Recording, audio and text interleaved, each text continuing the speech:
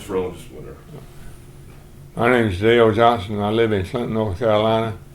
I got some friends together to give an oral history of Dark Horse football in Clinton. Got Steve Cox to my left. He's been a long time dedicated Dark Horse fan. He's also affectionately known as Wizard of the East. Statistician. That's right. And he's been a good, loyal friend. Wilburt Faircloth, Wilburt and his twin brother William went to Wake Forest on football scholarship, and he has a son-in-law that's in part of the NCAA Final Four rating selection. And Bobby Robinson here with us. He's a high school All-American back in the 50s. Played at Wake Forest. If I remember correctly, you led the nation in kick returns, yardage. Because the offense couldn't score. They scored on us so much, I returned the ball more than anybody else, so I had the advantage. That's right. More attempts. The next year, Donnie Frederick led it. Yeah. Well, Wilbert, you know why the Dark Horses are called Dark Horse? Where did that name come from? The best I recall was there was a man that lived here who played football way back there when they did for Clinton High School. His name was Jim Hubbard. He ran an ice plant and owned part of an oil company. And he started the name Dark Horse, the Clinton Dark Horses. It seemed like they were always coming from behind to win. And that name stuck. The Clinton Dark Horses. I certainly don't know any other team that has that name. No. Mm-hmm. If I'm not mistaken, I believe, Bobby, when you were coaching, wasn't there a move by some, it was after the integration, there was some move about changing the name. Yeah. And the black community said, no, we're not changing the name. They weren't offended by the name. We didn't have any trouble about the name change. Yeah. Well, what were you just talking with us about some people played in the 40s? Richard Khalil, Yeah, he was Richard Khalil. Played at Presbyterian. He was an All-American at Presbyterian. being coached at North Duplin. Yeah, for many years. I remember him telling me one time when he was playing at Presbyterian that they beat Clemson. Right. One of the years that he played down there at Presbyterian, and he had in his trophy room an article about that game.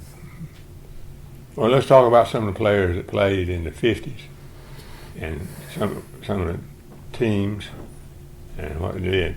Frankly, I thought, looking back, for the time and small school we were, I think we had the best athletes of any decade since. For the time. Mm. And I certainly think that the greatest generation, I think, had a lot to do with it. It set up the recreation department behind the Methodist Church. They would return from the war and got us rolling. And I'll go ahead and tell you a little bit about 50s and me. Well, you got something interesting there about early 50s, Bethune, Dickie Bethune. Yeah, I just said a couple of words about Mr. Wren Hook. Yeah. I say that he was the one that really started the youth program in Clinton. We used to have a teenage club that he started. And we used to have, every year, we'd have a football school and a baseball school and a basketball school. And if you went to all the things, you got a gold basketball, a gold football, and a gold baseball. But I say Mr. Hook did a lot to start the youth in Clinton. You're absolutely right. And I Mr. remember Wren going to Hook, his baseball.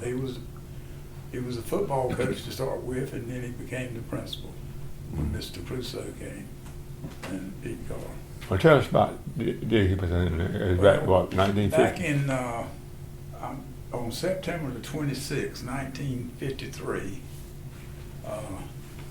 NC State played Carolina, at Carolina, And I think I went to that game. My uncle used to take me to the old Carolina game. And the starting quarterback for Carolina was Marshall Newman. And he was a true freshman at that time. And he started at quarterback. And during the game, Dickie Bethune was a senior at State. He was from Clinton. And he played quarterback for State. So we had two boys from Clinton, one playing for State and one playing for Carolina that game. I think Carolina won 29-7. And Good. The coach for Carolina was named George Barkley, and the one for State was named Horace Hickerson. But that was a big day when two boys from the small town of Clinton played for the Sorry. quarterback for Yeah, sure. Carolina. And they were on the field at the same time. Yeah. Wow. Marshall Newman, by reputation, is the toughest player ever graduated me. And 70 years later, he's still known as the toughest. And the reason he was here, he lived up in Belvoir community because of his daddy. Daddy, Daddy was in the legislature and he got Belvoir, so his kids got him in Clinton. they would have gone to Salemburg. That's right. Yeah, the district went way out Yeah. there. Gerrymandered way out. Marshall had a brother named E.C. Newman Yeah. who played football and basketball for Clinton, and he got a scholarship to the Air Force Academy That's right. and made. He was preseason All-American, and I remember his photograph on Street Smith Yeah. football. And the whole Newman family, Kitty was a girls basketball player, and a branch off of that, his brother's children, Ed Newman played at Duke, linebacker, and Bill Newman played at Princeton. He's our heart doctor now, isn't he? That's Bob? right. Yeah, keep us going. Interesting, Jay Parker married Kitty. Jay Bird. Jay Bird. He And Bill's other brother, Joe, Yeah. he played football at Carolina. really. And they all three are doctors. E.C. Newman was tough too. Yeah. Tough as leather. Kerry Taylor, who goes to the football games with us now, Dale and myself back when we were going to games. When he found out that Dr. Newman was my doctor, he said when he grew up, he lived across the street from the Newman boys. He said they were kind of tough, and he said ask him about football back in the day.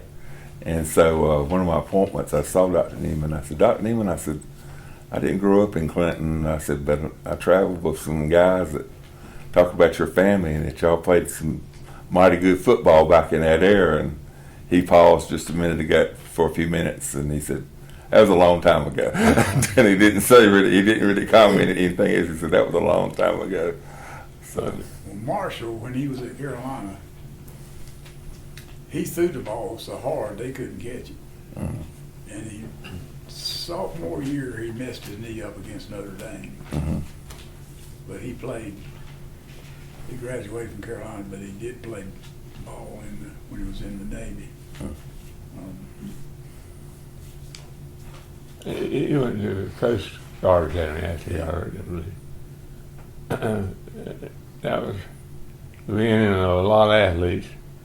And right after that came Bobby Crummy, who was a high school All-American. His father was First.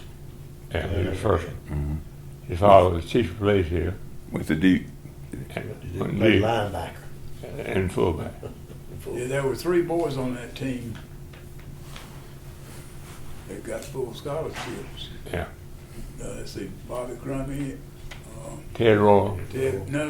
Marvin Musselwhite. Musselwhite, and Chris Casey. They were on the same team Did you? and went to Duke, and Ted Roll went the year ahead of them. Yeah. Was Murray the coach then? Yeah. Bill Murray. Yeah. Ted played in the Rose Bowl, I believe, or played against Oklahoma, snapped the ball over. Orange Bowl. Orange Bowl. Longest snap in the Yeah, history. snapped it in the end zone. Oh, Tommy McDonald. Jack Kennedy and I went to Wake Forest off of that same team, Yeah, and we played Duke, and there was 5 boys from Clinton. yeah. 3 from Clinton High School. Wow. 5 boys. Jack and Bobby. Me and Jack Oh, was at Wake yeah, Forest, yeah. and then those 3 at Duke. I thought you meant there was another person. I said there were 5 Division I players right there from Clinton that were playing. And talking about Mr. Hook, Mr. Hook was really the one that started recreation I say Yeah. he is. in Clinton. He used to have football on Saturdays, Yeah. basketball on Saturdays, and recreation kind of sprung up from that. So Yeah, he started the recreation program. he was the man, And then Walker picked it up from there. and Walker Yeah. expanded it. And also, Mr. Hook started the athletic boosters too. It was started back in that time. Mhm. another thing, I don't know, I wish we had Bob Lewis here, he couldn't make it, but he could give us some dates when Marshall, Newman, and Dickie Bethune played for state in Carolina against each other. Probably the first time that had ever happened. But years later, when Coach Lewis came in, he had Jerris McPhail was playing for Miami. Mm-hmm. You went with us, and you went with Yep. us. Mm-hmm. And you had your guy Ronnie Dixon was Ronnie playing for Dixon. Philadelphia. Playing That's for right. Philadelphia. So that's And Jerry's, they were on the field at the same time. Mhm. yeah, Yeah. we played against each other. That's something that many schools can't say that they've had happen to them.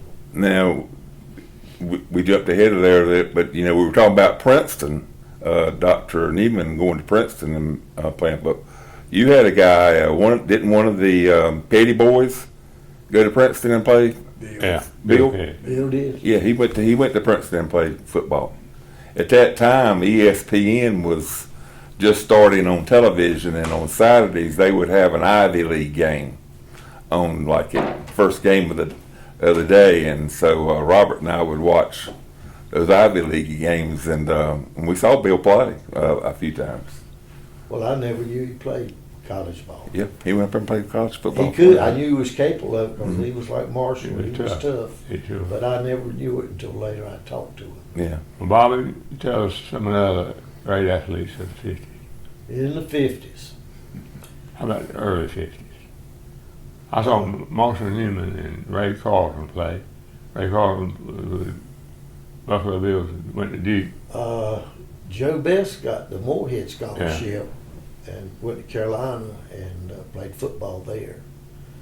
Almond Shoe played it. Almond Shoe went to the service and played service ball and ended up going to Carolina.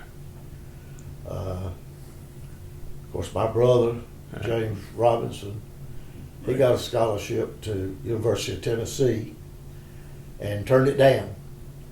He said he wasn't ready for college. He came home and went to Wake Forest. They gave him a scholarship at the last minute. And after 2 weeks, he came home and he said college just wasn't for him. Tell us the truth. Did he outrun you? No. You see he can. I never raced him. I ran from him a lot. He was always Big guy. Yeah. How big was he in high He school? was about 6'1", 6'2". He could catch anything he could touch, he'd catch it. It was unusual. Good baseball player. Yeah. That's all we did when we were young. We played sports. We had, speaking about your time a little after though,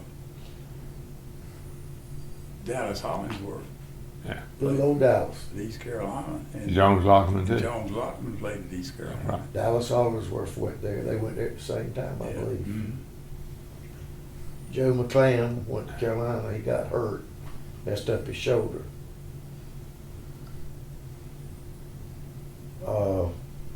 Trying to think of That was some. a tough league with the Southeastern Conference.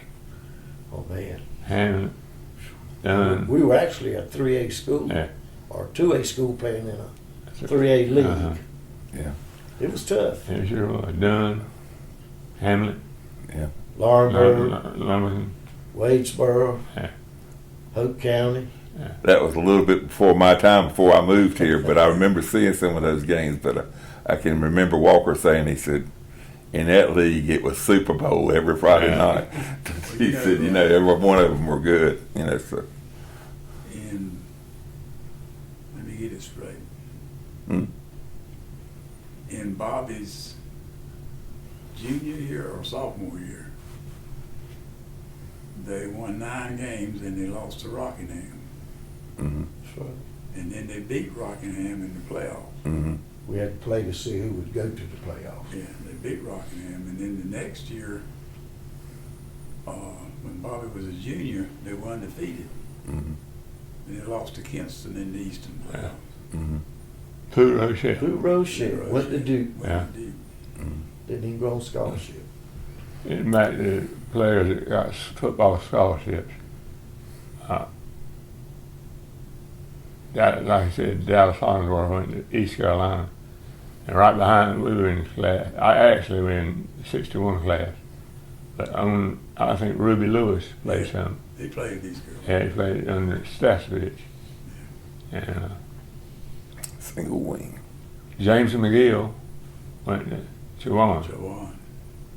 And Jones Lockman went to East Carolina football scholarship. There was a couple of others. Let's see. Pat Drawn played there too, Yeah, I believe. yeah, that's He right. played at East Carolina. He played at halfback. He Yeah. was- Small, but he was tough too. Yeah. He was a lot like Marshall. He Yeah. was tough.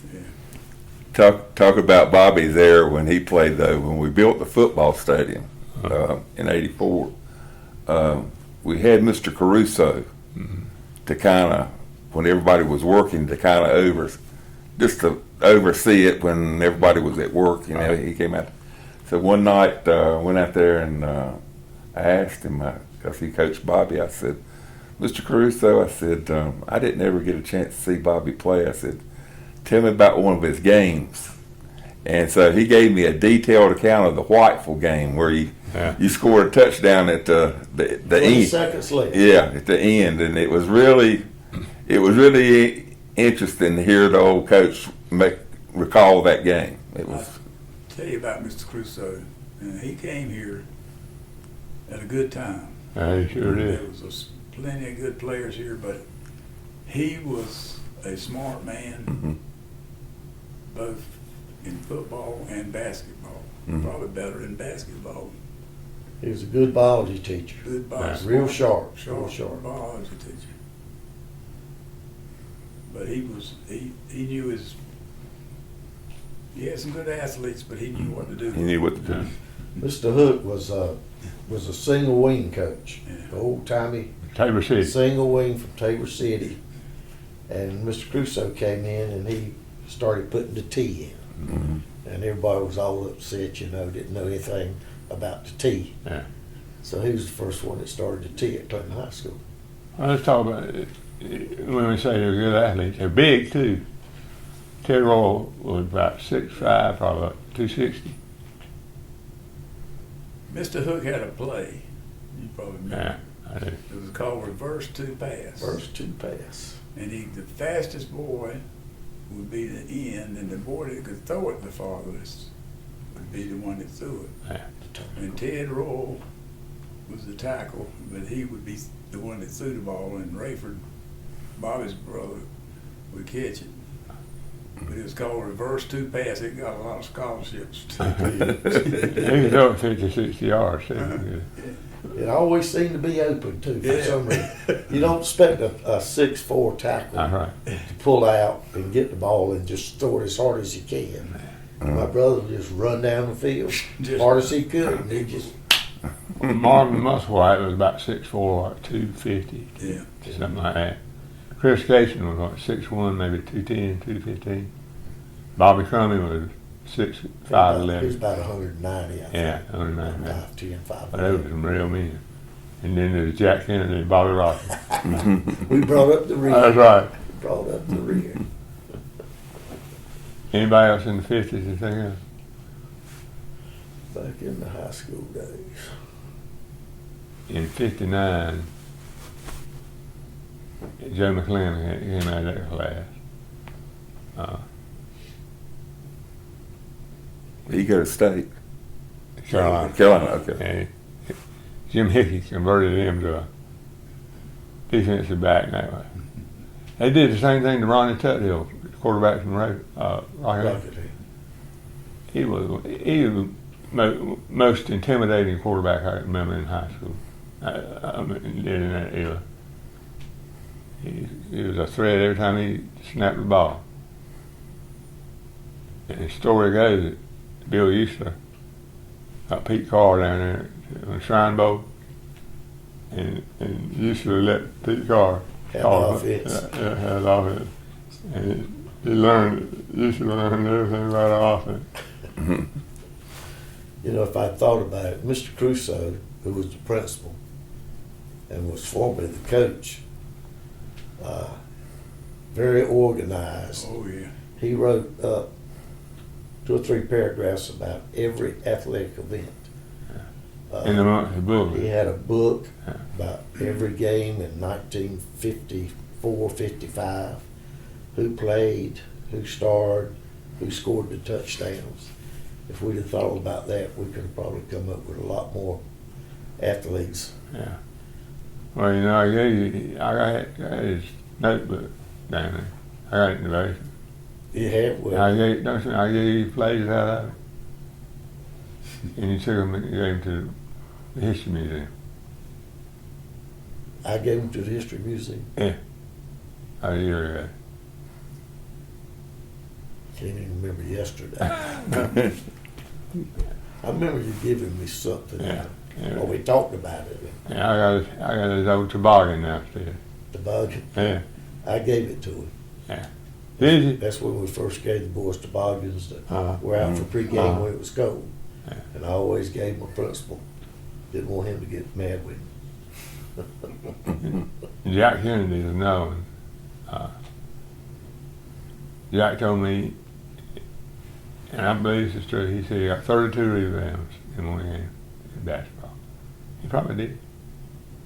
He was an aggressive guy. Did you know him, Steve? I didn't. I met him in the wellness center Yeah. a couple of years ago. You know, Now, when you guys got knee injuries back in those days, that was bad You surgery. were out. You Yeah. were out. You 12, were 14 inches scars on the knee. hmm Yeah, had to have yours redone in the last 2 or 3 years. Oh, yeah. Wilbur, who was the quickest back you ever seen? Like, Quick as back. quick. White boy. White boy was this man right here. He was the quickest on the Hey. 10 yards than anybody I've ever seen. H.L. Williams, Hooper, his description of Bobby as a football player was he was the fastest to the hole Yeah. of anybody. 20 yards. That's what he was said. Back then, your offensive line was numbered. Each hole, Yeah. 2, 4, 6, 8. 34, 36. And every coach back then taught you if 34 is called, 3 back through the 4 hole, you go to the 4 hole. You don't go anywhere else. And that's the way we were taught. Yeah. And so, you know, now look at the pros and look at the colleges too. Quarterback comes back and hands them the ball back 5 yards deep, and then they're looking for the hole. Mm-hmm. You know, so that philosophy has really changed over the years. Yeah. I just got it and ran it straight for the hole. Mhm. If you didn't hit the hole, then the coach would get you. Yeah. Now, as good athletes as we have, we still didn't play in a state championship during the 50s, right? Do what? We didn't play in a state championship. No, the only state champions. Basketball. Was Oh Bobby yeah, yeah. basketball? We were in the state championships in basketball. Basketball. Jimmy Boney and that bunch, Yeah, they played. Ted and all them.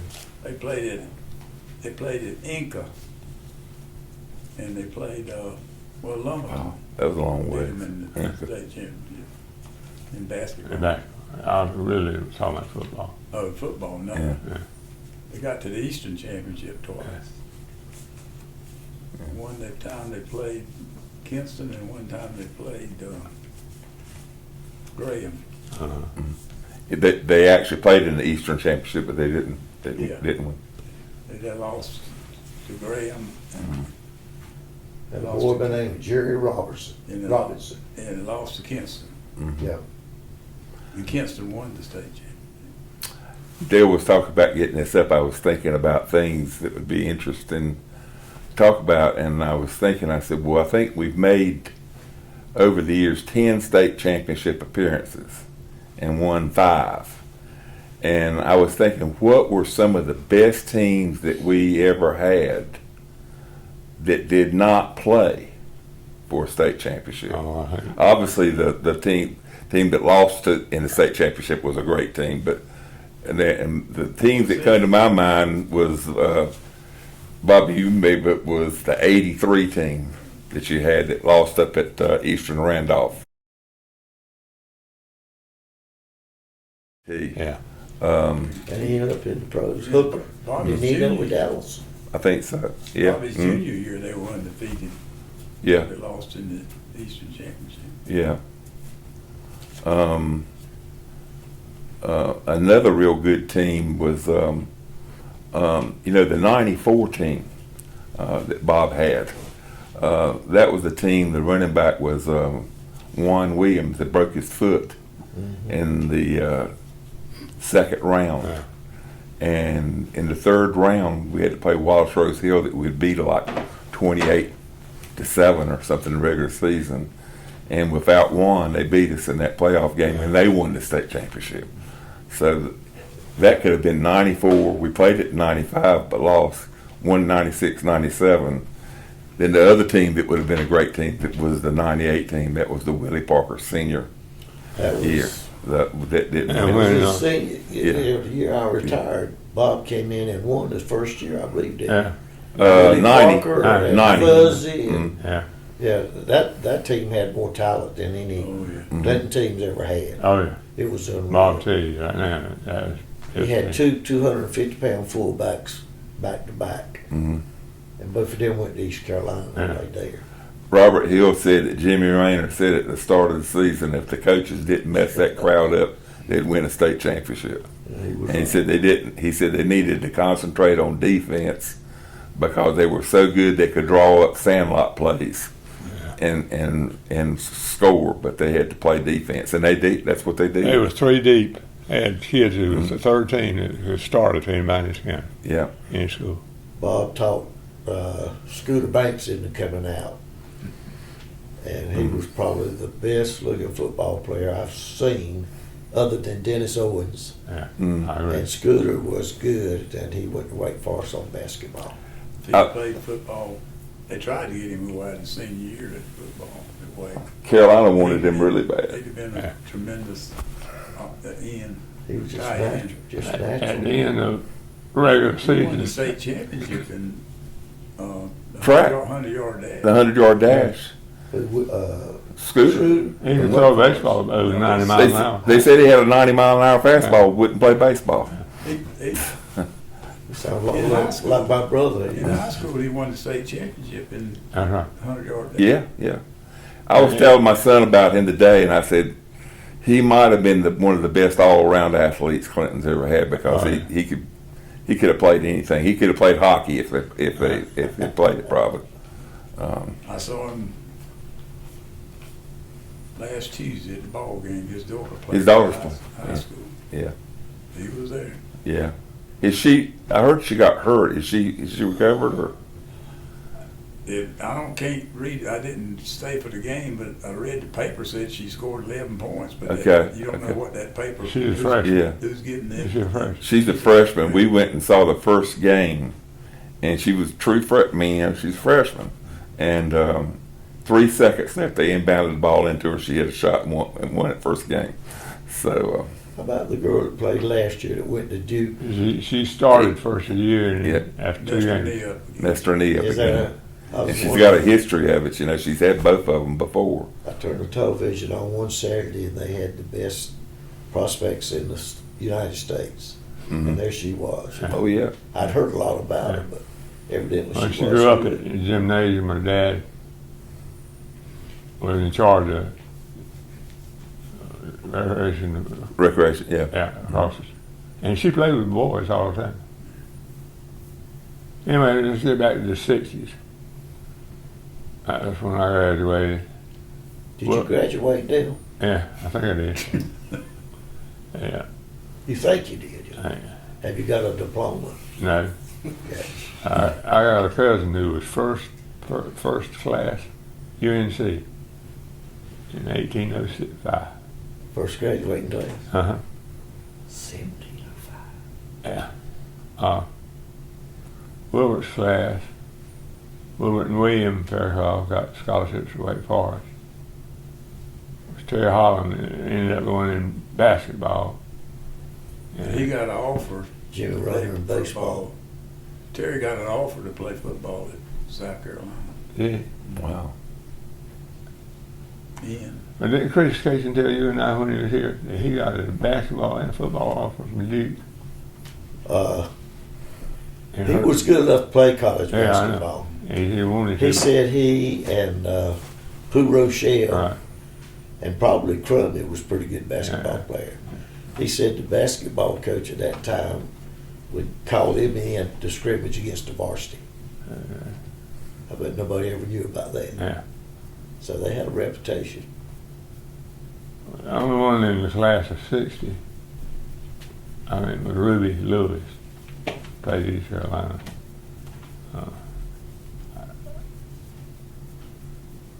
No, class 61.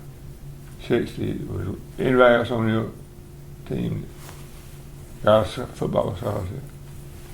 I played against, I was on the freshman team. You knew you had freshmen. And Wallace Harron was playing freshman ball at State. No, he was on the freshman team. Is that- Yeah. I think he got him. But he was on that freshman team. We played him our freshman time. Wallace Harron played. You had some good athletes on your team. Spunk Mabe. And we got beat by what? New West Dunn played baseball. Yeah. New West was the best baseball player ever played. He was 61 years old in Charlotte and hit a home run. What do you call it? I mean, bases related. Grand slam. 61 years old. He loved it. He played with Cincinnati Red Leg. Who Oh. you with? Yeah, Is that right? yeah. I know he used to ride around town on his bicycle, Oh, yeah, and his glove was always on the handlebar, yeah. looking for a game.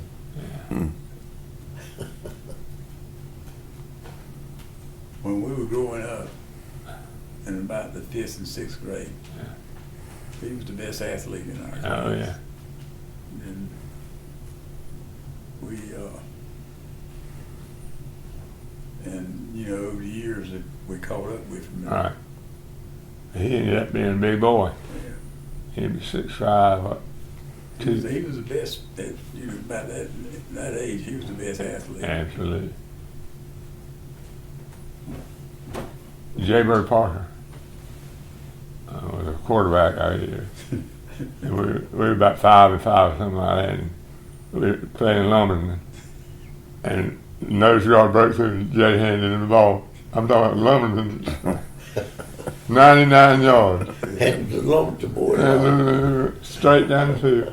And he was in my law class. And it reminded me of it every time I saw him. Jay's a great guy. Done really well. Kitty still looks good too. His wife, Kitty. Yeah. She was a human. That's right. Going on through the 60s, Bob Blanton was a good quarterback. He played baseball at Wake Forest. Yeah, he went on scholarship. Yeah. Earned a scholarship. And played, did well. You and Chris were coaching when he had that controversy down at Elizabethtown. 64. Right? You remember that? I'm not Well, his good knee on was down and dates, up. not dates. What was the controversy? That was the football. He scored toward the end, and he was falling down, and the Elizabethtown people went crazy because they felt his knee was down, and he threw it touchdown. Probably the player of the 60s was Ricky Packer. Yeah, I was supposed to say Ricky Packer, linebacker, Carolina. Yeah, 185 pounds, middle linebacker. They wouldn't even look at him now. He was all ACC, wasn't he? Huh? He was all He was a ACC. linebacker in Bunning was just, Yeah, was the other that's one. right. Now, did he play under you, Bobby? Ricky? Yeah. He was in the first class, he and Sam Kitchen, when Chris and I came back. Well, that was during the days that Sanford had Jones. Steve Jones. Steve Jones. He played for the Cardinals. Yeah, Yeah. they came here. That was one of the best teams I'd ever seen at that point. Big battle between those two when they matched up, I imagine, back then. I believe Ricky Packard, if they kept statewide statistics in, he would have been leading punt return. He returned a lot of them. He wasn't real fast, but No. he just He- picked his way. That's right. Kind of like this guy that plays for the Panthers that played at Stanford, McCafferty. Yeah. He's not fast, but it Something looks like like he that, just yeah. kind of, you know, Bob called it with Skinner sideways quickness. Yeah. That you could find his way and go. That's a good comparison. Yeah. He was quick. He wasn't fast, but he was quick. Bobby, who else was outstanding during the '60s? During the 60s, gosh. Robert Blue. That was early Oh, '70s. Tommy Dempsey played at Yeah, Carolina. that's right.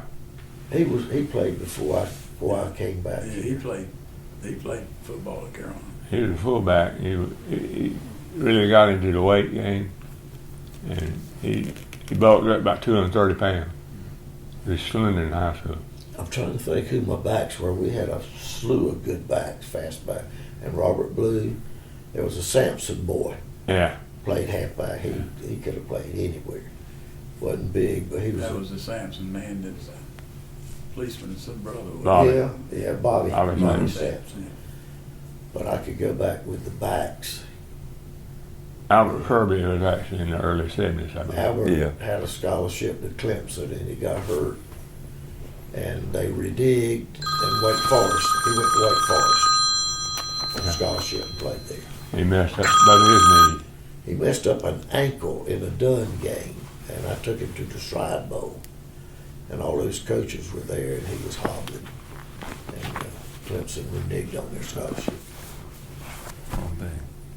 But I can see him catching that pass beating Carolina. Oh yeah, there's nobody in the picture, in the whole picture but him.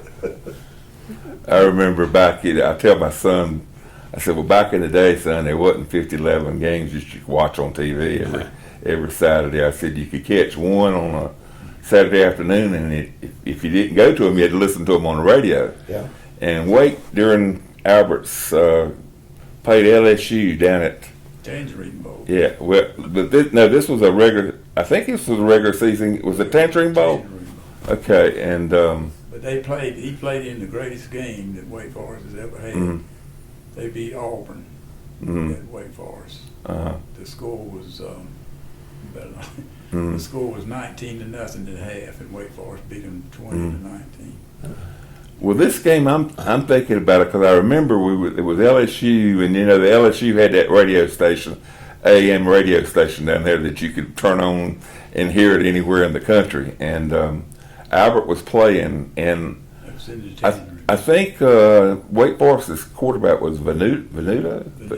Venuto.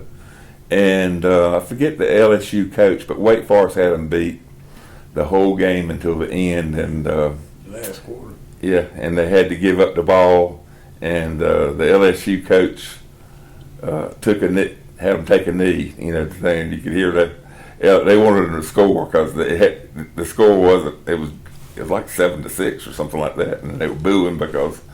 But Albert played in that game. I remember. Well, what was the running back's name from? McDougal.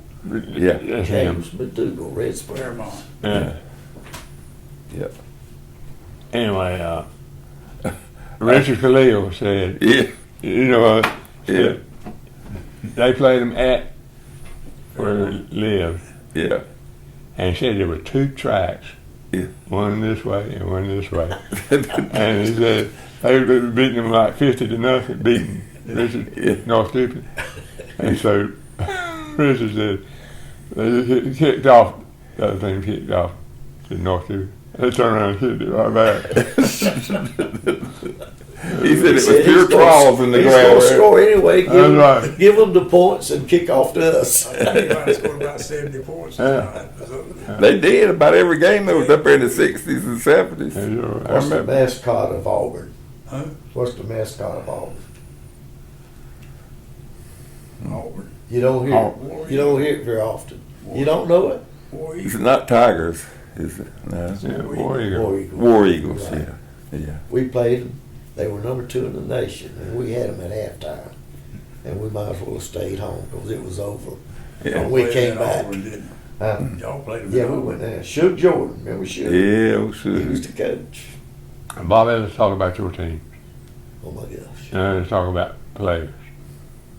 I think I agree with you about Dennis Owens. That's The what only they- one I've seen, and you and I went down to see it, was Whiteville.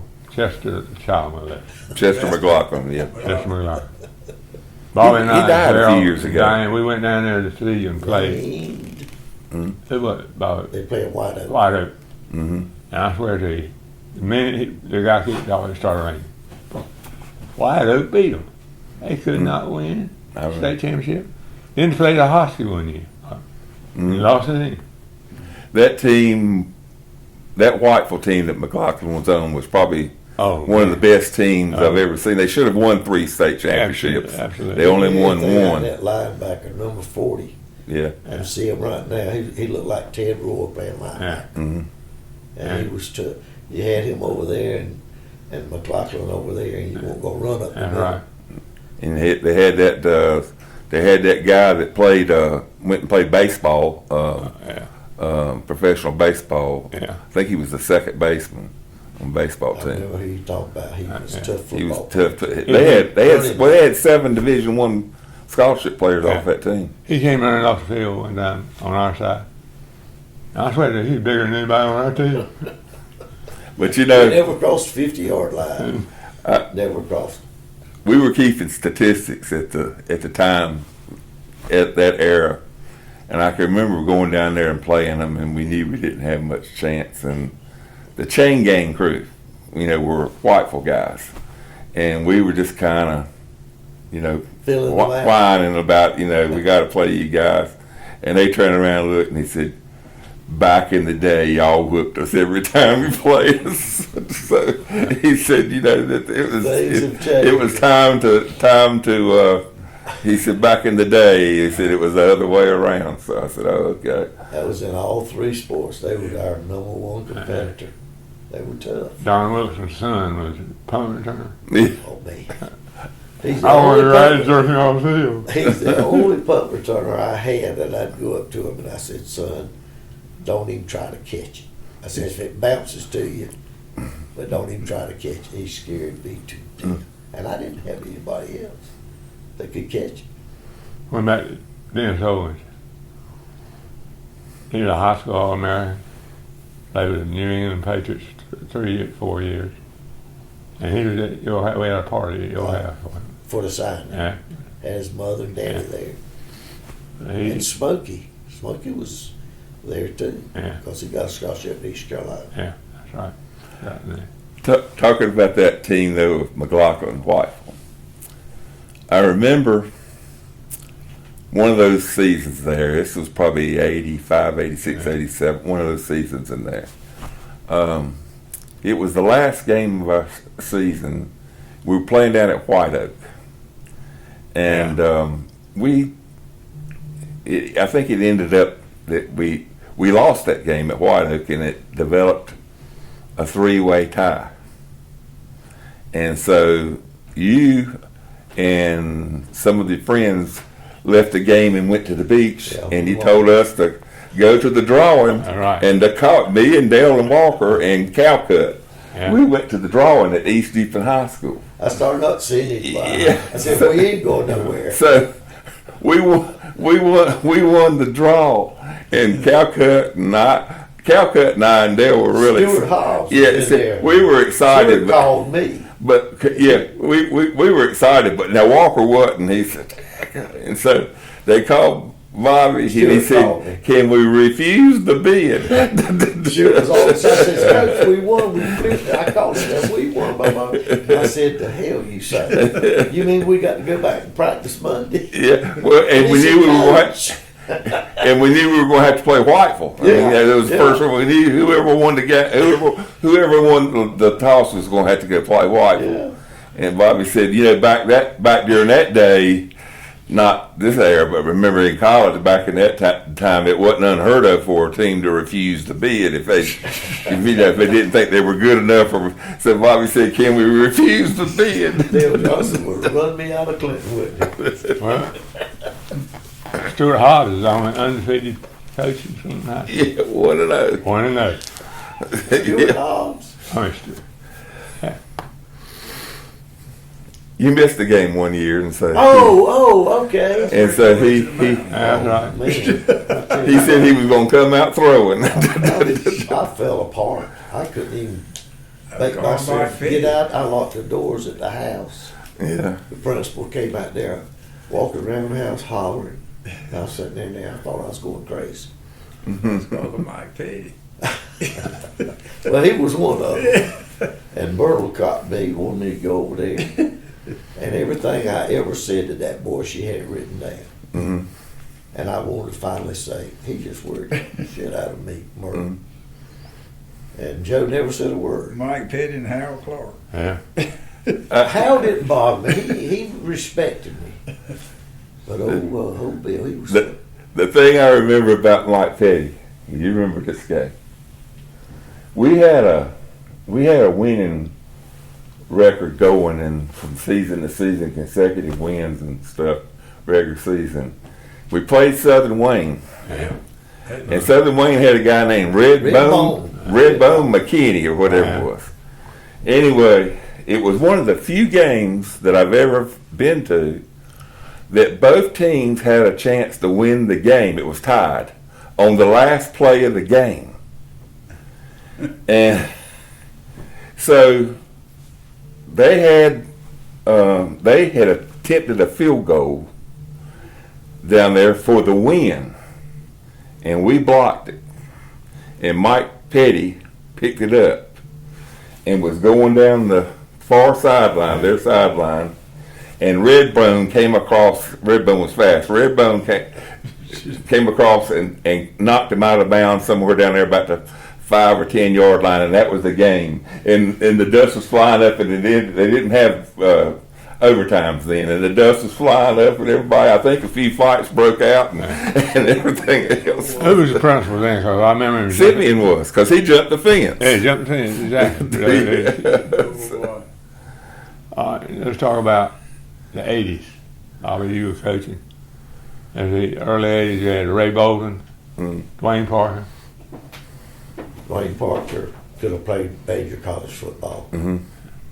We had some great backs. Yeah. Ray got a scholarship at Field, and it went over and came back and told me he didn't. Wasn't for him. Jumping back one player in the 70s, another player in the 70s, Kelly Stanley. Yeah, He went to Elon. He's in the Hall of Fame up there. He got a scholarship offered to Duke and they reneged. Yeah, that's what I He heard. said if he'll make, what did he say? A certain number. If he'll make a certain number. He made all. Jerry McGee. No, was that when Red Wilson replaced Jerry McGee? Mhm. Mike McGee. Mhm. Wasn't Mike McGee a coach there for Yeah. And they said if he'll make such and such, we'll take it. And he made it. Mm-hmm. And they came down, and Red Wilson came down. He said, Bobby, I hate to tell you this, but our board won't take it. I said, yeah, but he was told that all he could do was make such and such. They said, we got another boy at home right now, and his mother's calling me and crying. Says, we can't take either one of them. He said, but I'll tell you what I'll do. He left Elon, Yeah, he came from Elon. and he had a boy, He Tolly. won. Yeah, Tolly was his number. Yeah, Holly. yeah. Assistant. They won some national He said, championships. If it's within my power, I'll get him a scholarship to Elon. And of course, we all deflated. Mhm. Duke, Elon, you know. Mhm. And he made, I guess you call it something like small Yeah, small college All-American, All-American. yeah. He made he was tight end and punter. Probably the best punter we ever had. And he was co-captain. Yeah. So they really thought a lot of it. He was probably, I was thinking about, when we think about superlatives for players, I was thinking about the best this and that, and I was thinking about best punter. It was Kelly Stanley. I remember. Put it high. Yeah, I remember, Bobby, you remember this game, it was back at White Oak. Wide open. And they had us backed up about there about our own 1 yard line, and I'm not giving them credit, but HL was hollering, take a safety, take a safety, What was take so a bad safety. about it, coaches gathered around and said, Coach, we could take a safety. Yeah. And cause us from having to catch punts and all Yeah. that stuff. And by that time, HL stuck his head over my shoulder. Just go for the safety, go Yeah. for the safety. So, And I said, damn, that's pretty bad. That reminded me when, what was the King boy that stayed drunk all the time? Benny. yeah. Benny. No, not Edward. Oh, yeah, I You know. know, I know who you're talking about. Yeah, that was that time I was thinking about running a reverse. yeah. And he was out there and he was drunk as a skunk. He said, Bob, run the reverse, run the reverse. And I said, now, isn't that something? If I'd come out here and run the reverse and we'd go all the way down and score, I'd have to tell him that I got to play from a drunk. Yeah. That's what it reminded me of. Well, And I told the center, I said, snap that ball. I said, I hadn't even talked to the boys. Yeah, I was afraid that Kelly was going to reach up and try to catch the ball or something from it. yeah. It was Was it over. Rusty Barber? No, Edward, God, he was always drinking. He finally had his amputee, his legs amputee. I'm not sure. He was the barbecuer. He loved the barbecue. Well, in that game, we took the safety, and then Kelly kicked it, punted it. And he punted it about 80 yards down there Yeah, to the he other knocked end. it. He knocked it. And White Oak had two players, Meadows and Kennedy. They both went to Went state to state. One of them played baseball. baseball, Right. and Good too. the only thing that beat them was that time ran out on them because they didn't have enough time. They were moving the football, but time ran out on them, and about the 30. If it had been another minute left in that ball game, they would have won it because I was those ready to get out of there. yeah. But I told the son, I said, snap that ball over his head just as high as you can. Yeah. Coach, what do you mean? I said, do like I tell you. I didn't have time to call timeout. Yeah. We're going to take a safety. Yeah. But HL was down there. Yeah. Safety. Yeah, old HL. Safety. I can see him now at the games. We'd be up here in the stands, and you could look back behind the stands, and the HL was pacing from one end of the I face. used to remember about HL, you'd never see him till that second week in August. Yeah. And he was with you every day. He'd be with you from then on. Yeah. He'd tell you everything Wallace had. Bobby, was any other scholarship players? The Still? ladies. Of course, we had Smokey. Yeah. Mm-hmm. Smokey. And North, East Carolina. Smokey. And I called them at East Carolina. I said, we've got a boy down here. He's not impressive. I said, he's not real fast. I said, but he's a winner. And he'll help you. And I never heard from East Carolina about 3/4 of the way through that year. The coach called it the same coach, and I didn't realize it. What was Pat Dye? It was the assistant coach Yeah, that was okay. recruiting. He Yeah. said, Bobby, our coach, he called the coach. He said, Coach, he says, I'm going to agree with you about Smokey. He says, I like the kid. Mhm. And you're right. He's not going to outrun anybody. But he'll be there, and he'll do what he's supposed to do. Smokey's smart. He said, we're going to give him a scholarship. I said, it'll be one of the best things you ever did. First game, state. It used to be state in East Carolina to play the first game of the season. And Walker and I went to the game, and Smokey was a freshman, true freshman. And so as the game started, we were looking down there. We knew probably he wasn't going to play. We said, well, do you see him? You can see him on the sideline. We looked and everything. A few minutes later, we looked. There he was, standing beside Pat Dye, and he had the headset. So I said, well, he must have got acclimated quite well into what they're doing up here. Because Another boy played East Carolina, Jim Woody. That's right. He was one of the best kickers I ever Kickers. He kicked for East Girl. had. Now he was a field place kicker. Yeah. Was this? His daddy worked with him. He built him goalposts out there at the country club. And I'd give him a bag full of balls in the summer. Yeah. And his daddy would hold and he'd get somebody to snap it. Our center, I can't remember who it was. Oh, But he was good, and the most natural that never picked up a ball was Maddox. And he went to East Carolina and kicked some. EC's cousin, Paul Maddox. Paul Maddox. Remember Paul Yeah. Maddox? He was the most natural. And the one that could kick it out of the ballpark was Steve Weeks. Yeah. Yeah. Seaweed Weeks. He could have. Another good place kicker that we had was WF. SPL was good, yeah. And probably one of the, we're getting more into the recent era that but in the 90s was McGurk. Yeah. I think he set a record Yeah. for He won the consecutive. state championship. Yeah, he did. Field goal. He won a field goal, and then in addition to, that team was so good that we never had to punt. Yeah. And so here we were playing Shelby, and we had to punt, and he had to hit 2 or 3 punts out of our end zone, and he did real well with it. But he set a consecutive record for extra points. But then it was kind of like Bobby was saying about the kickoff returns. We scored so much, he had many opportunities to kick. So. We did pretty good as far as winning our share of games, but if you fellas think about it, we didn't have that many boys that went to college on scholarship. Yeah. If you name them, Dennis, Smokey, Albert. What's the big boy that went to Cincinnati? Ronnie Dixon. Ronnie Dixon.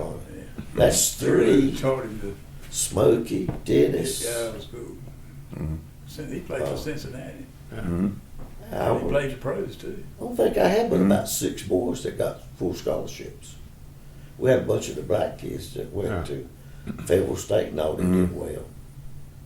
But we didn't have that many. Well, let's talk about the nine. The nine. I got a goodie. I got a long close. Okay. I appreciate you. Well, you get 10% or 20% now. Not much. No, but you can hardly make it, can you?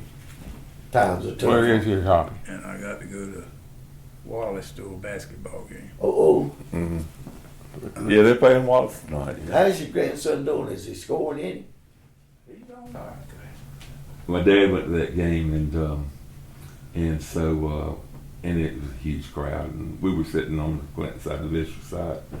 And if you remember about that game, they took an initial bleed on us pretty big, but right at the half, I think Butch intercepted a pass, and as the half was ending, was returning an interception, and kind of like the Southern Wayne thing, Williams pushed him out of bounds, and the half ended. And I mean, he could have potentially scored there as the half ended, and the score would have looked a lot more different. Well, it was cold that night, It was. and my daddy said, "I'm going to the house." And I said, "Daddy," I said, it's not over." I said, "O'Leary intercepted. He almost got in." I said, and he said, "It's over, son." so from then I would have on, gone with him if he'd let me. yeah. So from then on, right on up till Walker couldn't go to the games. So if we ever went to a game and it got kind of like that, Walker looked at me and said, "It's over, son." So I The knew quarterback, we saw Phil. Yeah. That was Alan White's son, I believe. Yeah. That's he played at Wake Forest and he was at Elon, athletic director now. But I knew there was no way we were going to. Yeah. We went up to Greensboro, outside Greensboro, to meet that coach. It was scouting Burlington. And he suggested breaking his leg. You remember that? And he's holding. Yeah. I knew I didn't want to go back to Whiteville down there that night. Oh, yeah. I was dreading that. And that night we had about 3 that went off with the Beta Club or something Yeah. and missed practice, and I had to kick them off. But No way. one of the most disappointing things was the next year, I reckon, which was '82. we had the chance to potentially beat them again. They were like number one, we were number two. Who? Burleson Williams. Burleson Williams. They were like number one, we were like number two. We went and scouted them somewhere earlier. Yeah, The coach yeah. said, Robinson, what are you Yeah. doing? It's like Orange. Orange County, Oh, yeah. I said, well, we might get another shot at it. Yeah, and so we were playing out to that school out from Greensboro. Star Mound. No, What was it? That's what I was talking about. Well, we said they went the field down. no. This is right there in right outside the city Yeah. limits of Greensboro. Yeah, that's what the one I was talking about. The town I went through 3 times on the shortcut one time. Remember? Anyway, we were playing them and beat them, and then we got word that somebody, whoever Williams played, upset Williams, and we were just disappointed. Yeah, we wanted another shot at them, and Yeah, I remember that. they got beat. I remember. So, you know, but they won about 3 state championships in a row. He ended up going to Catawba as head coach. Yep. And I went up there, and he taught me, which was very simple. Mm-hmm. They do this thing, what do they call it now, where they stick it in and read where they're going to give it, where he's going to pull it, whether he's going to pass. And that's the offense now. Even the pros are running that now. But I said, I worry about fumbles when you stick that thing in there. You know, there's got to be a point. Does he jab it? Does he ride him or what? How does that back know he's going to get the ball? And he says, let's run a few plays. And he'd run a few, and he'd have the end crashing, he'd have the end looping out and doing things. And the quarterback was reading that thing perfect, you know. If the end moved out, he'd give that ball, and he was gone. If it closed down, he'd keep it and run it, and then run the option. So the key to the whole thing was, you stick it in there. You stick that ball in there, and if that ball ever gets past your knee, you're going to give it. If you stick it in there and you're going to keep it, it's right back out. There's no guesswork. So when you ride it in there, if he leaves it in there till you take about 2 steps, you're going to get it. You know, later on, Lexington ran We the went to Wishbone too, and you and I went up to Luke May's dad yeah. played basketball for Carolina. Yeah. His dad. His daddy was a quarterback. Yeah. Yeah, Deems May. Oh, boy. Yeah, we went up there to see that coach, and Robert Hill was having heart surgery. We stopped by the VA and saw him, and then we went on to the field house up there at Lexington. I think it was a Sunday afternoon, and That boy was Gary something. yeah, He was coaching in the East-West game that year. yeah, he went on to Georgia, I think, He and, was running the Wishbone. Yeah. Reed. but I remember him telling you, Bobby, you were talking about predetermined and everything. He said he was talking about the option. He said you gotta have the confidence to run it anywhere on the field. Right. You know, any pitch, whatever. He said you gotta anywhere on the field, and of course, Right after that, he said, ain't nobody going to stop my option. yeah. Ain't nobody going to stop. But you know, we went to Fuquay Arena, and Fuquay Arena beat them. I think, if I'm not mistaken, I'm not Did sure. Walker fall down up there somewhere? Yeah, in the mud. Yeah. It's amazing how I'm remembering all Yeah, this stuff. yeah. I can't even remember my Yeah. name half the time.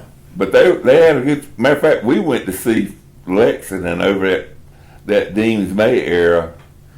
We went to see them several times, Yeah. you know, and The quarterback was smooth, wasn't he? yeah. Steve, let's finish up. Tell us about the 90s, the teams and best player. Well, of course, you know the first championship was 1990, The and first team was the best talent I've ever I seen. believe that was probably the best team. I didn't know. The 97 team was awful good too. The 97 championship team, if we were going to rate teams. But the first team, there was just, you know, and of course it begins with quarterback, who's our school board chairman now, Randy Barefoot. He was just, you know, he didn't make mistakes, and he Had was 2 pro players off of Yeah. the team. Yeah, he was a really good team. Jerris McPhail. Let me tell you about Jerris. You go up to the Sports Hall of Fame uptown. Article in there from Miami Herald. And Jerris McPhail ran a 4.1 40 while I was playing with Miami. I can remember we played a game. I think we were playing Greenville. We was playing somewhere down there, and he went Farmville? up. Yeah, Farmville somewhere, and he was in the end zone. And he went up and made a catch. Yeah, Farmville. I believe he jumped as high as the top of the goalpost with that ball. He jumped up so high. It was Foreman Yeah. regarding him, Yeah. and he looked like he was sitting on his shoulder. I know. Jerris. I said, He jumped my that high. gosh, he Who you jumped. talking about? Jerris McPhail. Oh, And of course, they had Fuzzy Lee went to Carolina. Fuzzy Lee, yeah. Two great backs in the backfield, and they block and they block for one another really well. I remember I got a video at home of it. It shows them down at Wallace, and Jerris was running and Fuzzy was blocking. He took two out and still almost went in the end zone with him, but right behind him. But Fuzzy was the speed. yeah, he was a He speed was the back. speed. He returned punts. Herbert Dixon. Herbert Dixon. Herbert, that was 2001. Herbert, well, my favorite two players of all time, this is just the Wizards, was Leonard Henry and Herbert Dixon. Because they played both sides of the ball. Bob Lewis told me, he said, if I was going to start a fight, I'd want Leonard Henry. And Leonard, he made first team, not 2A. He made first team Associated Press linebacker. Yeah. And went to East Carolina and played running back. And at one time, his senior season was leading the nation in yards per carry at running back. And then the coach up there decided he wanted to make the quarterback a hero. And so That's true. I used to hate that guy. I know. He'd run Leonard the first half. He would. 300 yards. He was averaging and like we'd 8 run yards. in the second half. Yeah. He'd sit there and just squat. Yeah. We were sitting there one night over at Robert's house, and Luke Corso was on the broadcasting crew then, and he said Leonard had run the ball the first half, and so the second half he wasn't running. And Corso, this is Corso. He said, I don't understand it. He said, he said workhorse. Robert must have anticipated what he was going to say, because when Corso said workhorse, Robert said dark horse. He said, when you got a workhorse like that, you run him. And I don't know what Steve Logan, many times. he considered himself a quarterback expert, and he wanted to make that quarterback a hero. Henry would have probably been All-American. Oh, he would have. He cost Leonard probably a couple rounds at least in the draft. I think, and lost some games. I mean, they were leading those games that we're talking about, and lost some of them in the second half. How about Juan Williams and Nick Hooper? Juan Williams, well, we already discussed him, that he broke his foot, and he was. Some say that Willie Parker was fast. Yeah. But some say that Juan was the fastest back we ever had. He was very, very quick. He was kind of a small fellow. Yeah, he was very small. He the thing about it, he came up, another player in the 90s that was very good was L.C. Stevens. Yeah. Wheaty Stevens. He should have been a college starter. Yeah, he played at Carolina. Yeah, he did. But he played defense. Yeah, he played at Carolina, but they kind of came through in the early 90s, and I know Juan's senior year, he had about 1,800 yards rushing, but he was about all we had, and when he broke his foot, that was it. But in 95, we went to the state championship and lost, but that was the beginning of the Leonard Henry era. In 96, that's when Bob brought up the sophomores, Willie, Brian Peterson, those guys. James Faison. Yeah. He brought up 5 sophomores to play, and we were 2-2 and 1 out to the state championship. And that was, and then the next year went undefeated. So that was a mighty good era in there. And we played pretty good competition in that era too. Reedsville. Yeah, Reedsville.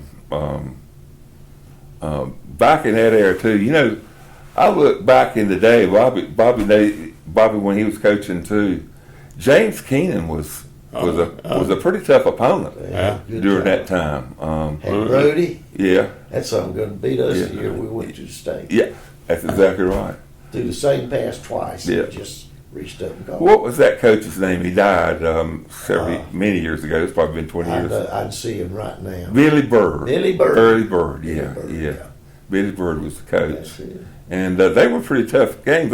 I looked during the championship years and some of those scores, and I saw some of those scores, and it looked like we usually ended up playing James Keenan in there, and it was a pretty tough game. The 97 year was the infamous game that we played them for the Eastern Championship, I believe, and that was when we were behind, and Brian Peterson threw that pass to About him. 60 yards. But Michael Bell, it hit his hands, and he took it in, and we won the The game. greatest catch I've ever seen in high school. Yeah, yeah, They threw the ball and he was running down the sideline. yeah, And I knew there's no way he was going to catch it. yeah, And he was like this. yeah. I don't see how he saw the I ball. know. And he did That's this right. and caught it right on Right. his fingertips. He Yeah. went down and scored. Greatest catch It was. I've ever It was. seen. And I mean, and that was for the game. Yeah. I mean, Yeah, if we that didn't was do it. it, we lost the game if he didn't do it. That's you know, the end so of the game. Sure. that was the game. Let's talk about one more. Nick Cooper. He was another running back that he had a lot of power. Yeah. He was a very strong boy. I don't, you know, some said that he wasn't that fast. Never saw anybody catch him from behind. Yeah, that's right. But he was, you know, they knew we were going to run it, and we were very successful. I'm not taking any credit with that offensive line, of which my son was on there. Was a pretty smart group of boys, and they did a pretty good job of blocking there because they had to, because they knew Nick was going to run the football. So, but he was a very good. Well, I say Running this back about force. Bobby Robinson. He made the Federal Reserve with a 25-year team. 25. Who, me? Yeah. I made it. Yeah. Oh, I got newspaper downstairs. what kind of team was it? They're a quarter-century team. Damn, I'm better than I thought. Wow. Quarter of a century. All them black boys out there. You hear? Y'all remember Percy Marshall? Yeah. He never started, but I'd put him in there. Yeah, He was a little fella. yeah. I'd love to see him. Well, you know, when I came to Clinton in '72 and didn't really know anybody. My wife was from Sampson County, but she was from Midway, and Your waist they was didn't really. about- Your waist was about that. Yeah, I was about like A that. bean I looked like I bowl. had AIDS, and but I didn't know anybody on the football team. But I was used to seeing some real good football at home, and in Burlington, the Burlington-Greensboro area. And so I went to some games, and I kind of liked what I saw as far as, you know, the quality of play. And like I said, that was the end of that era. Matter of fact, one year it was the end of that 3A conference, and I believe y'all played everybody played everybody twice. That was my first year. Yeah, everybody played everybody twice. But now I'm gonna tell you, those teams were tough, and it was just good competition. It was good football, and of course it was over in the old stadium, and we all loved it. We had to leave it for the reasons we knew, but it was real intimate because you were kind of like at Wallace now. You were so close to the game, you were right there. And we took you right in, didn't we? Yeah, you did. Sure did. One of the most embarrassing moments I ever had when they inducted me into the Hall of Fame. And I hate to do, you always hear, I hate to say this because I'll leave somebody out. I was up there thanking the boosters and you and everybody, and we got through. And Carol said, "You didn't say anything about Steve." I said, "Are you serious?" She said, "Yeah." I said, "Well, I'm gonna make damn sure I correct that." He wrote a nice letter to the paper. I called her up. I said, Yeah. "Listen, that boy's done more for me and helped me other than Dale Johnson." Yeah. And I said, "I'm gonna call him, and I can't apologize enough." But that really embarrassed me. Yeah. Because I always believe in those people that help you, you make sure. I remember that about Steve. Yeah. And I remember he was off somewhere scouting or something. I don't know why you weren't with us. But you said, "Hey, South Brunswick." You said, "Bobby, what's the score? I'm going to call it in." I said, "It's 24-20. You said, "You lied." I said, "That's the truth if I've ever told it." We beat them about 60-0. Yeah. You said, "You lied to me." Yeah. Tape that out. And then you said you called the paper. And the guy said, "Now tell me what." That guy, the Wilmington Star. We kept the stats. Robert and we called every newspaper in Eastern North Carolina, TV stations too, and so that guy down at the Wilmington Star, was he from Clinton or did he just like us? He knew me from somewhere. Yeah. And somebody introduced me, and I got to know him. We played golfing all together. Yeah. And he did a real good job. Yeah, for he us, did. But I can't think of his So name. we that throughout we used to they don't tell it because it was kind of an embarrassing score, and so I called it in that guy. He said, "Now." We told him a little bit about this, and now he said, "Now tell me the real score." But that was back. I mean, we had some high scoring teams back then. We did. Just think if we'd have been in 2A all the way back then. Yeah, We yeah. could have added on. Bobby didn't throw the ball very much. We were up at Dunn one night, hadn't thrown the ball a single time. In about 2 games. Yeah, about 2 games, and I was keeping stats. And he came up to me and said, "How many yards passing we got?" I said, "None." I said, "We hadn't thrown." And we're done. Somewhere along in there, I told McCougar, I said, "I want you to listen to this now." I called the pass play and sent in, and we went back for a pass and completed it, and everybody behind us was standing up like we just won the state championship. He finally threw the ball.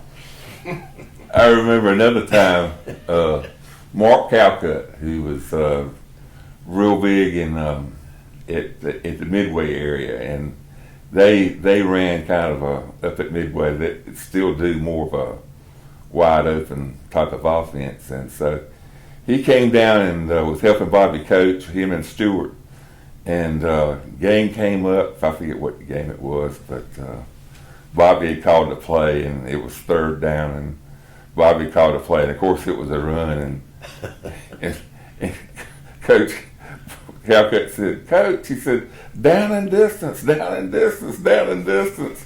And Bobby looked at him and he said, "You're thinking like that guy on the other side of the field." He says he thinks we're going to throw it. He said, "You're thinking like the guy on the other side of the field." We faked that quick and ran a trap up the middle for about 50 yards. Yeah. So, I said, "You see what I mean, Mark? Don't think like the other guy." Yeah. I didn't think. Were you standing up beside me? yeah, I saw it. I heard her say it. So I said, "Okay," but that they beat us in the 3rd round up there at Reedsville. That was Willie Parker's senior year. I got to know some of those Reedsville guys through Wizard of the East and everything that were kind of like Dale and myself, super fans and everything. I got to know them and actually, I was born up there, and so I actually met them several. And to this day, and now they've won several state championships since then. Oh, To this day, they still say that was the finest, biggest game that Reedsville had ever played. Of course, keeping in mind they had beaten the 2-time undefeated state champions, and that we were going for the 3rd championship, and so they had knocked us out. So it was a mighty big game to us, but to this day, it's still a big game to them, and they won some championships since then. So, but it was a disappointing games. Yeah. But Still think that it was an extra point of field yeah, goal. I was working the McGirt had a consecutive extra point going, and he missed the extra point that ended up being the difference. And so after the game was over, back then they didn't have cell towers, but they did have computers, and they would hook up their computers to the telephone wires, and they would, send their story into the newspaper. And so the Greensboro News and Record reporter came up, and he wanted it, after we finished the radio, he wanted to use the cord to send his story. And so we asked him. He said, "Well," he said, "I'll just say this." He said, "I was standing behind the goalpost, and he said it looked like it was directly over the upright to me." And he said it was too close not to call good. He said it would have been a tie game, and it would have gone on. But he said from my perspective, it looked like it was directly over the upright. But that's the way we were down at East Bladen one night, and when you kick a field goal or extra point, the two officials come out, do it. And I was sitting there and I said, wouldn't it be something if one of them came out up and the other one came out? Were you there? And I swear they did it. They came out there, and the one looked at the other. He had his hands up. The other one said no, and they stood there and argued and talked and talked, and gave them the thing. We thought it wasn't any good. Yeah. But. Well, in that game though, in that game with Reedsville that night, though, the fullback fumbled 3 times inside the 10-yard line, and that was kind of the difference in that game. Yeah. If it would scored any one of those 3 times, we probably could have won it. But I close with this note. what's that? Wouldn't it be something when they start drafting? You got a sophomore over here. He's won 25 out of 27 games. Yeah. And you got a rookie over here that's played 1 game. Yeah. National championship, and he goes first. Yeah, he puts him in the game at halftime. Wouldn't that be something? And he goes first. I tell you. One of them may not be back next year. Oh, I don't think so. I don't think there'll be one of them will be back either. It'd be crazy. Yeah. Because the one that started right now, he's sucking blood right now. I heard him ask him about that, and he said, "Well, you know what would have happened to me if that hadn't worked." Oh, the one that won it? No, the coach. The coach. Oh, he said, "You know what would have happened to me if At that least he hadn't worked tried out." something. He didn't just sit there and Well, afraid. he said the guy wasn't playing. He said they knew they had to throw the ball, and he that was the this best guy was the jumper. better thrower. He was the best jumper. And so, but he's just a good coach. Year before last, when they beat Clemson, and he called it onside kick, that was a heck of a call. I mean, but Cutcliffe in that infamous Miami game, he made the comment where he started doing the same thing. He said, "If you can't stop your opponent, what difference does it make if they begin at the 20-yard line or the 40-yard line?" He said, "Onside kick it, you at least get an opportunity to get possession of the ball." So it makes a lot of sense, I reckon, in the long run. And you got us. Glad you came. Chad, you cut it off.